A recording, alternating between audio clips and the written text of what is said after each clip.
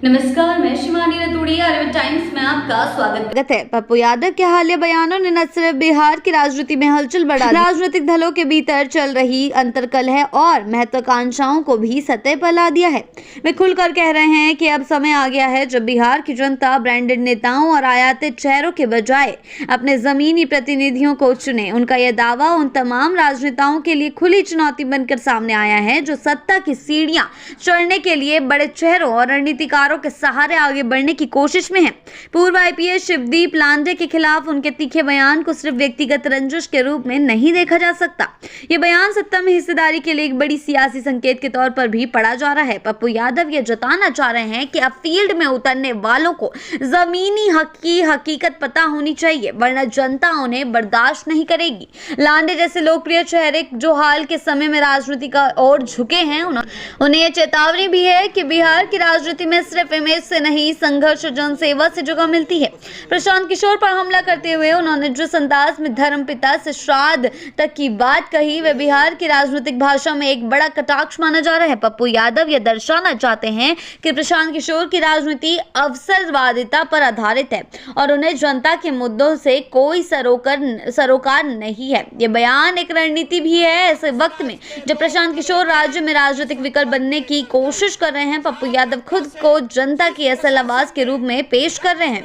तेजस्वी यादव पर भी उनकी टिप्पणी सिर्फ और सिर्फ आलोचना नहीं बल्कि एक वैकल्पिक नेतृत्व की दावेदारी है। वे बार बार ये कह रहे हैं कि आरजेडी अब उस पार्टी की छाया बन चुकी है जिसे कभी सामाजिक न्याय और संघर्ष की पहचान माना जाता था। पप्पू यादव खुद को उस विरासत का असली वारिस बताने की कोशिश कर रहे हैं जो अब तेजस्वी के अहंकार और तत्काल सत्ता पाने की हड़बड़ी में खो गई है। उनका यह भी दावा है कि महागठबंधन में मुख्यमंत्री पद के लिए 40 नेता दावेदार हैं।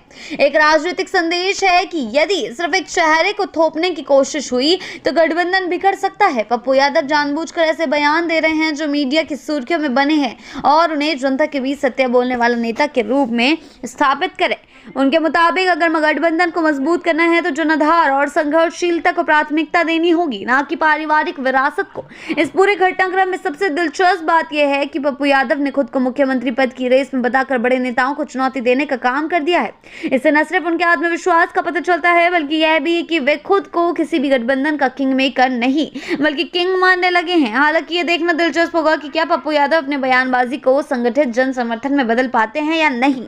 बिहार की राजनीति में पप्पू यादव हमेशा से कैसे नेता रहे हैं जो सिस्टम के खिलाफ बोलते रहे हैं। अब सवाल यह है कि क्या उनके इस विद्रोही तेवर को जनता वोट में तब्दील करेगी या यह केवल चुनावी गहमागहमी में गूंजते नारों तक सीमित रह जाएगा। इतना तय है कि उनकी हर बात चुनावी गर्मी में नया तापमान जरूर भर देगी।